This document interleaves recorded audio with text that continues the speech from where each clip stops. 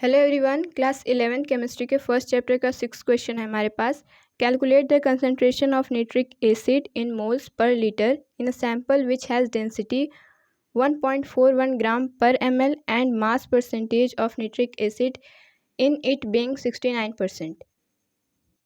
हमें nitric acid की concentration पता करनी है मोल्स पर लीटर में। तो जहाँ पे भी आपको मोल्स पर लीटर दिखे वहाँ पे आप समझ जाइएगा कि मोलैरिटी की बात की जा रही है। ठीक, तो हमारे पास डाटा क्या क्या है।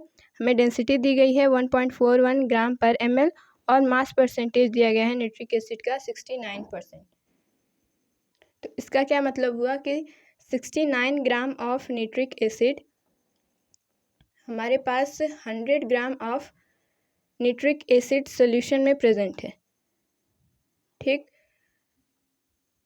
तो अगर हमें मोलैरिटी निकालनी है तो मोलैरिटी का फार्मूला क्या होता है, नंबर ऑफ मोल्स अपॉन में वॉल्यूम इन लीटर्स। तो हमारे पास नहीं वॉल्यूम है नहीं मोल्स है, तो हमें इन दोनों को निकालना होगा तभी हम मोलैरिटी निकाल पाएंगे।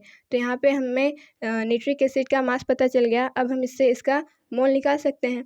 मोल क्या होता है, गिवन मास अपॉन में मॉलिक्यूलर मास। तो HNO3 का मॉलिक्यूलर मास क्या होगा, हाइड्रोजन का एटॉमिक मास होता है 1 प्लस में नाइट्रोजन का होता है 14 और यहाँ पे हमारे पास 3 ऑक्सीजन है और एक ऑक्सीजन का एटॉमिक मास होता है 16। तो जब आप इसको ऐड करेंगे तो हमारे पास जो वैल्यू निकल के आएगी वो होगी 63 AMU एटॉमिक मास यूनिट। ठीक, या फिर आप इसको जब हम इसका मॉलिक्यूलर मास निकालते हैं तो इसको हम ग्राम में लेते हैं। तो 69 अपॉन में जो इसका मॉलिक्यूलर मास हो जाएगा वो होगा 63। जब आप इसको डिवाइड करेंगे तो अप्रॉक्सीमेटली जो वैल्यू आएगी वो होगी 1.095 मोल। अब हमें दूसरी वैल्यू क्या चाहिए, वॉल्यूम। वॉल्यूम नहीं दिया गया है हमें दिया गया है डेंसिटी किसका, सोल्यूशन का। तो यहाँ पे आप देख रहे हैं कि हमारे पास सोल्यूशन का जो मास है वो कितना है, 100 ग्राम। ठीक, तो यहाँ से हम वॉल्यूम निकाल सकते हैं। डेंसिटी का फॉर्मूला क्या होता है, मास अपॉन में वॉल्यूम। तो अगर हम वॉल्यूम निकालना चाहें तो वॉल्यूम का फॉर्मूला क्या हो जाएगा, मास अपॉन में डेंसिटी।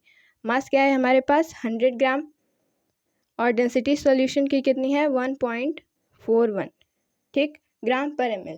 जब आप इसको डिवाइड करेंगे तो हमें जो वैल्यू मिलेगी वो हमें ml में मिलेगी और 70.92 ml हमारा वॉल्यूम होगा। तो अगर आप इसको लीटर में बदलना चाहें तो इसको हम 1000 से डिवाइड कर देंगे तो हमारे पास जो वैल्यू निकल के आएगी वो होगी 0.07092 लीटर। क्यों, क्योंकि मोलैरिटी में जो हम वॉल्यूम डालते हैं वो हम लीटर्स में मेज़र करते हैं। ठीक, अब यहाँ से हम मोलैरिटी निकाल लेंगे।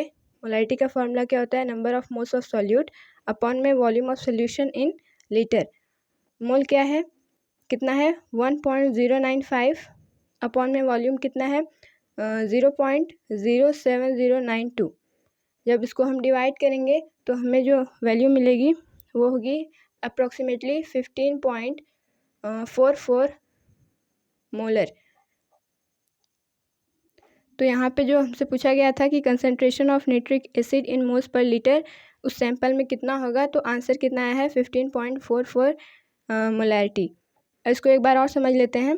क्वेश्चन में हमें नहीं मोल दिया गया था नहीं वॉल्यूम दिया गया था और हमसे मोलैरिटी पूछी थी। ठीक, तो हमने डेंसिटी के फॉर्मूले से वॉल्यूम निकाला और यहाँ पे जो परसेंटेज दिया गया था उससे हमने स्टेटमेंट बनाया कि 69 ग्राम HNO3 यानी नाइट्रिक एसिड प्रेजेंट होगा 100 ग्राम नाइट्रिक एसिड सोल्यूशन में। तो यहाँ से हमने मोल्स निकाले और उसके बाद हमें मोलैरिटी मिल गई। ठीक, तो ये था हमारा क्वेश्चन नंबर 6। आई होप आपको समझ में आया होगा। Thank you, thanks for watching.